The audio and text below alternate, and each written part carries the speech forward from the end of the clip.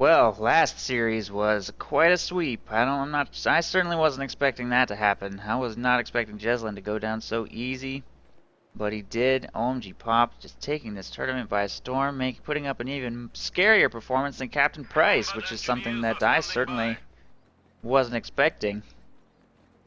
Maybe nobody was. OMGPOP just dominating so far. Our next challenger, though, certainly has a pedigree of his own. Barton. Barton has signed up. He's going to take a shot bringing down OMGPOP. He is, of course, the winner of Sunday Night Fights Season 5. And a force to be reckoned with. He also performed quite well during the Fox Rexen Falta tournament before being knocked out by Cruz. So, well, let's see what he has to bring to the table here. This game, he has chosen industry, which we all know he loves, Soviet industry. In addition to counterattack tactics, we've seen him use both. And OMGPOP is going to go with mechanized assault once again. Last game he didn't utilize, or last series I should say, he didn't utilize any of the features of this doctrine except for the Tiger. So he seems to always use only just the tiniest amount of doctrinal features available to him. Doesn't seem to play into his commander very much. Prefers to utilize core units above all else, and that's a good thing, really. I think that it's good to see somebody utilizing almost exclusively core units have so much success. Enemy squad has us sighted.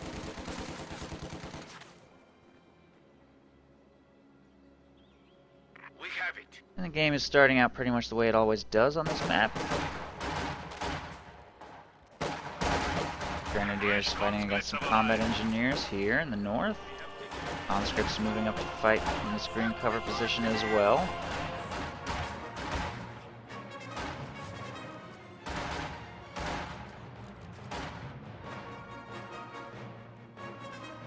And combat engineers going to start taking control of some territory here in the south, here as well. OMGPOP simply moving to take up a position in the building here. Rotating around with Grenadiers, playing pretty safe. Went with the 3 Grenadier opening. I'm sort of hoping to see an Oster Sniper in this series. It performs really well on this map. It was already quite strong on Langrskaya before the patch. This patch, by rights, it should be incredibly powerful. But against Soviet conscript spam and combat engineer spam, maybe not the best decision. I could see why he might just want to get infantry and a machine gun. And of course, against industry, a sniper doesn't really make any sense at all. So as much as I want to see one, I guess it really doesn't make sense against what his opponent is doing. Barton is taking a lot of map control with that heavy combat engineer opening. 2 combat engineers, 3 conscripts, gives him a lot of capping power. He's taking pretty much the entire map. Ooh. Flamethrower's in a little bit of danger though. He needs to get that out of there. And then, wow, that is a late retreat on that flamethrower. Wow! He is lucky that survived all those grenadier volleys. Very lucky. Definitely gambled and it paid off there, taking out 2 Grenadier models without losing that flamethrower squad. Big push going now for OMGPOP's cutoff. He's really struggling to hold this position, really struggling. These Grenadiers are about to get overwhelmed by just so many conscripts. The MG42 has pinned down a squad of conscripts here. Conscripts hoorahing behind the machine gun. It unsets up and sets back up facing the same direction. That might have been a misclick, I'm not sure. Needs to get that out of there. It's moving it towards this building. Hasn't taken that much damage. Meanwhile, the flanking squad has taken quite a bit. Sustained fire from Pios and a Grenadier squad will force the retreat. These 2 squads moving up, taking heavy damage, will also retreat. He accomplished minor harassment of OMGPOP's cutoff and decent manpower bleed during that engagement. I would say it went pretty well. Didn't do anything too major like decrewing or wiping any squads. But the fuel harassment is worth a lot right there. OMGPOP has only 17 coming in. Even after restoring his cutoff, he's going to need to take advantage of this brief moment of quiet to get some territory back under control. After that huge retreat by Barton, he's going to be spending some time in his base reinforcing and healing. Think. Maybe not. These squads haven't even reinforced at all. He's just going to send those straight back into the front lines. He will, however, reinforce and heal his combat engineers. And neither player up to 2 command points yet, so Soviet industry passive abilities have not kicked in yet. Barton's manpower income is not affected. OMGPOP also will not have access to anything other than assault grenadiers for now. After reinforcing his losses, he's going to purchase himself a 4th grenadier squad. No reinforcements on the machine gun either. Just going to leave that in the field. We are losing territory. Tier 2 structure going up. Battle phase 1 has completed. Grenadiers going to make their way across the left side. We are now equipped with a flamethrower.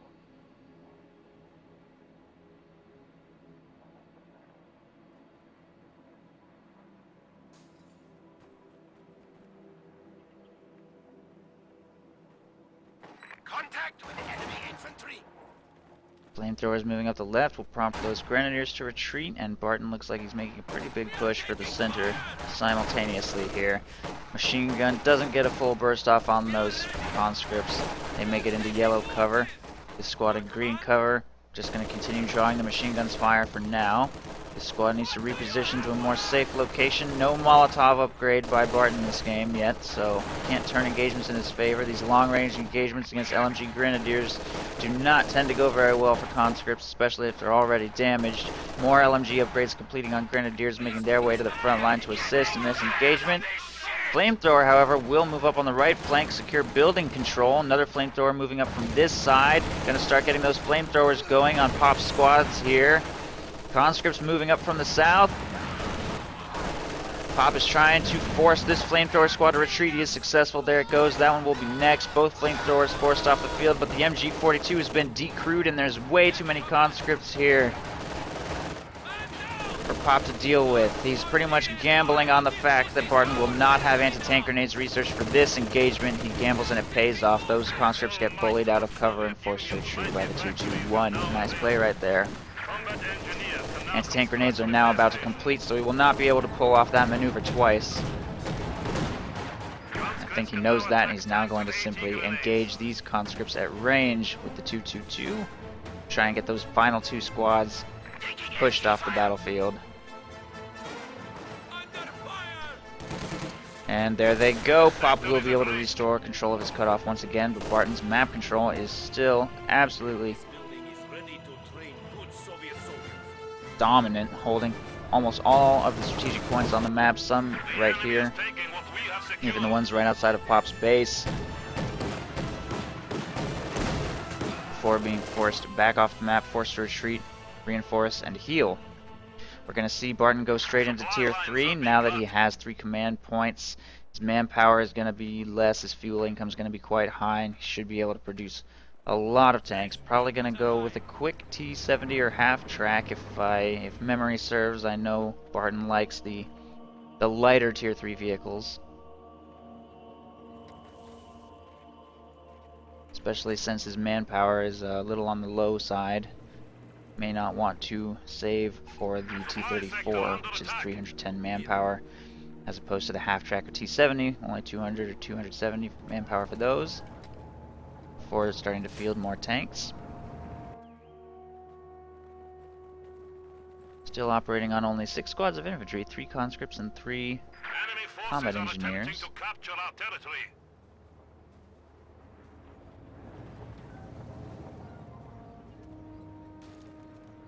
Pop moving to take control of a little more territory during this brief quiet period before Barton makes his next big push. Barton securing control of some buildings on the left side. Make sure there's no harassment attempts over there.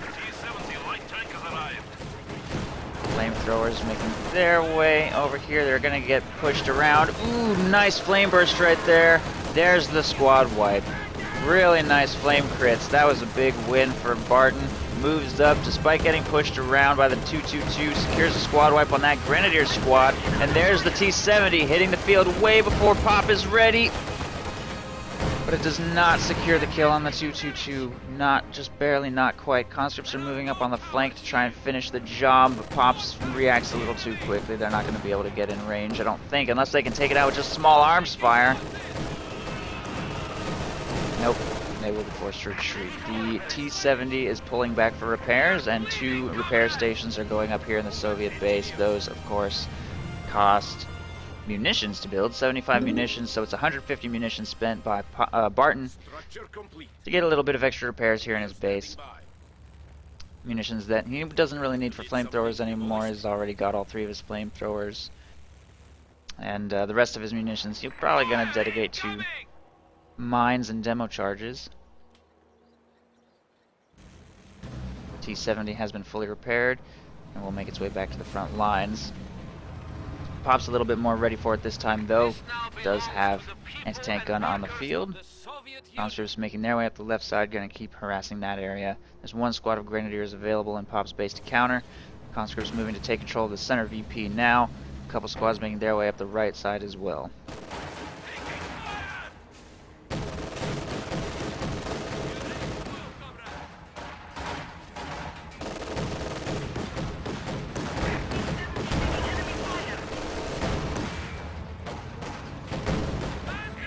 One AT gun shot connects with that T-70. Second one barely misses. It's going to pull back to safety. Flamethrowers, a little out of position, is going to simply retreat. We're going to see a bit of a cutoff maneuver here in the north by that squad of conscripts working on Pop's cutoff, while fuel is also being harassed way over there on the right side. Pop's trying to keep all of his forces clustered together as much as he can, so that he doesn't lose engagements and so that he can just react quickly to these harassment attempts, but it is hurting his economy a little bit as a result. Bunker going up right here by the half track. I think this might be a healing station he wants to build, either a healing station or a command post if the half track goes down. I'm not really sure. T-70 getting a little manpower bleed done. Yeah, healing station, so he wants to be able to heal right here in the field. Little risky. If that position gets overwhelmed, Barton will be able to take that out, and it means munitions that he's not able to spend on more LMGs. He's only got 1 LMG squad after losing his other one. So dropping his munitions on that healing station is an interesting choice. See if it pays off.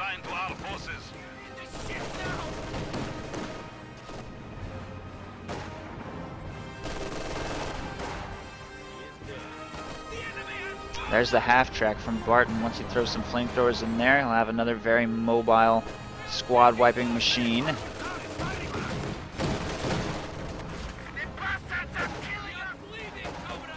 he's got 150 fuel in the bank, so he might start thinking about a C-34. Maybe he wants to float a little bit for the late game when he's going to need 230 to call in that KV-2.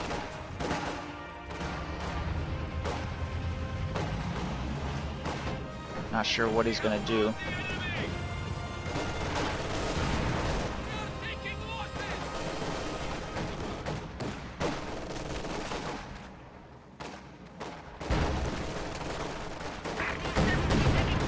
Conscripts are forced to retreat right there. T-70 is looking for opportunities. He will continue to hold the right side fuel point. Pop doesn't show any signs of being able to deal with that because of the way he's keeping all of his units clumped together, and he has decided to go for a Stugi this game. Oh, he actually got one against Jeslin too. I guess I don't know how I managed to forget that happened. Yes, that'll be the second time we've seen him field this unit. Gets 2 kills on that conscript squad, and he's pulled back a little bit.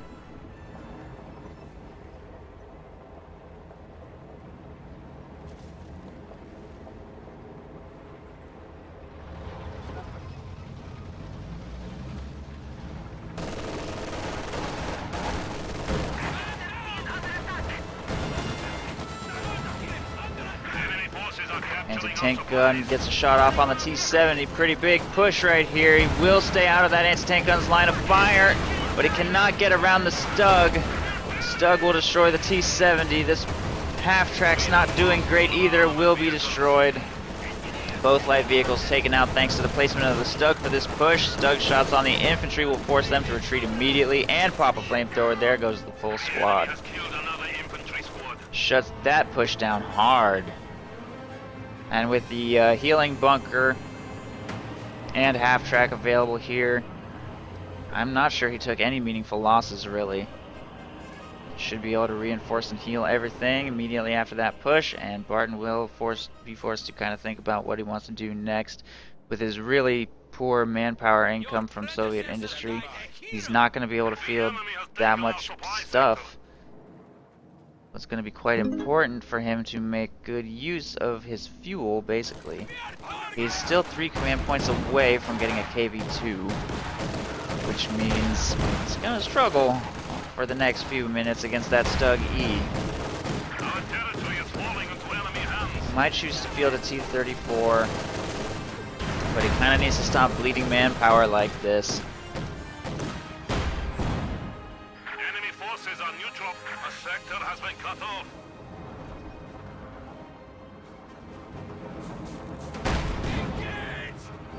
The enemy has cut off a sector. The enemy is taking what we have secured. Squad repairing the 222 right there. We need to re-establish our supply lines. Stug continuing to simply screen against infantry. Barton is now completely cut off from all of his resources, although he has a lot of fuel reserves and munitions reserves, so that doesn't actually matter that much. His biggest problem is just that he's locked in Soviet industry, and his manpower income is going to be terrible for the entire rest of the game, putting him at a huge disadvantage the longer the game goes on. In fact, they have the same manpower incomes right now, but Pop is at 74 Pop cap and Barton is at 30.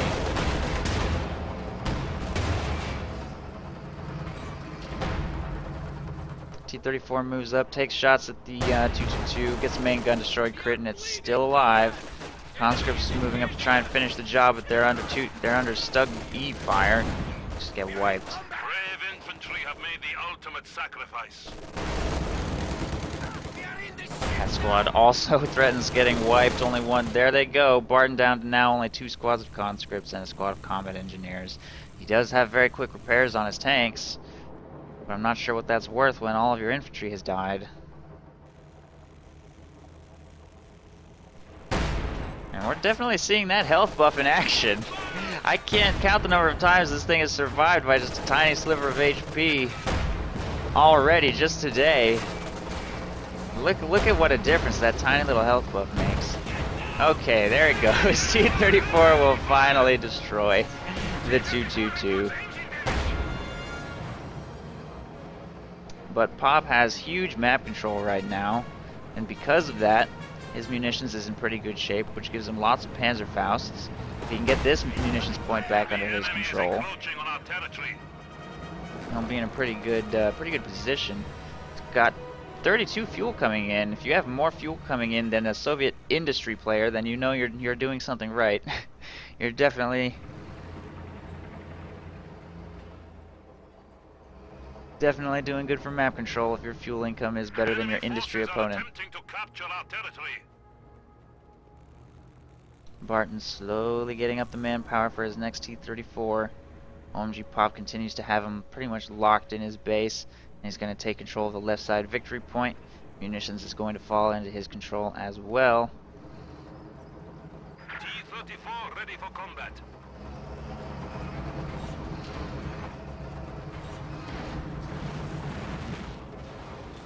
There's the second T-34.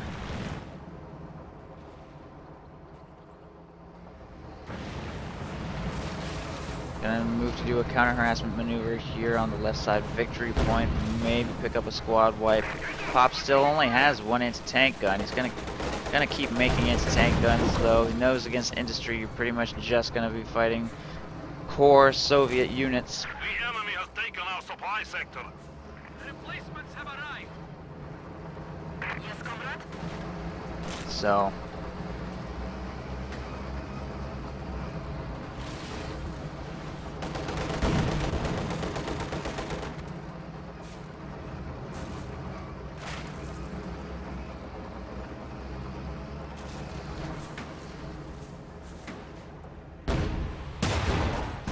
wow, that was a long shot. that scatter shot just hit the Stugi in the rear from like ridiculous range.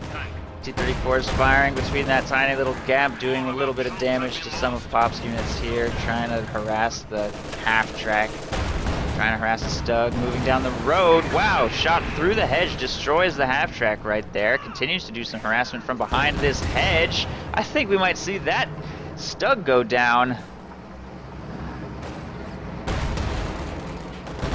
And there it goes, out of control. Stug is destroyed.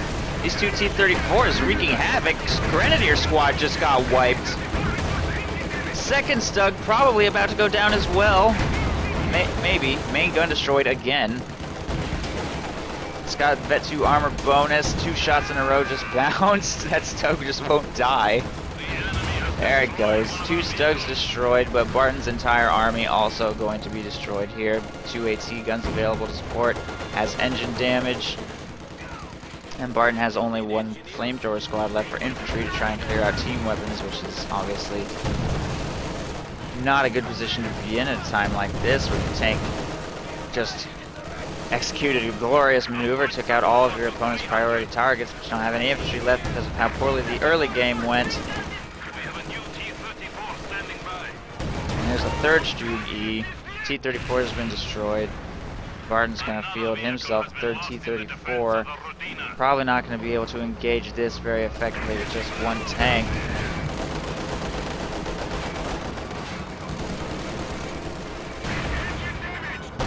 Takes engine damage, and his tank gun's turning to fire. It takes 2 shots pretty much immediately. I don't think that Stug's going to go down. His tank guns are simply going to clean up that T-34. Stug will receive repairs. Barton is down to nothing but 1 combat engineer. And there you have it. That's the game. OMGPOP is victorious. Short break. We'll go straight into game 2.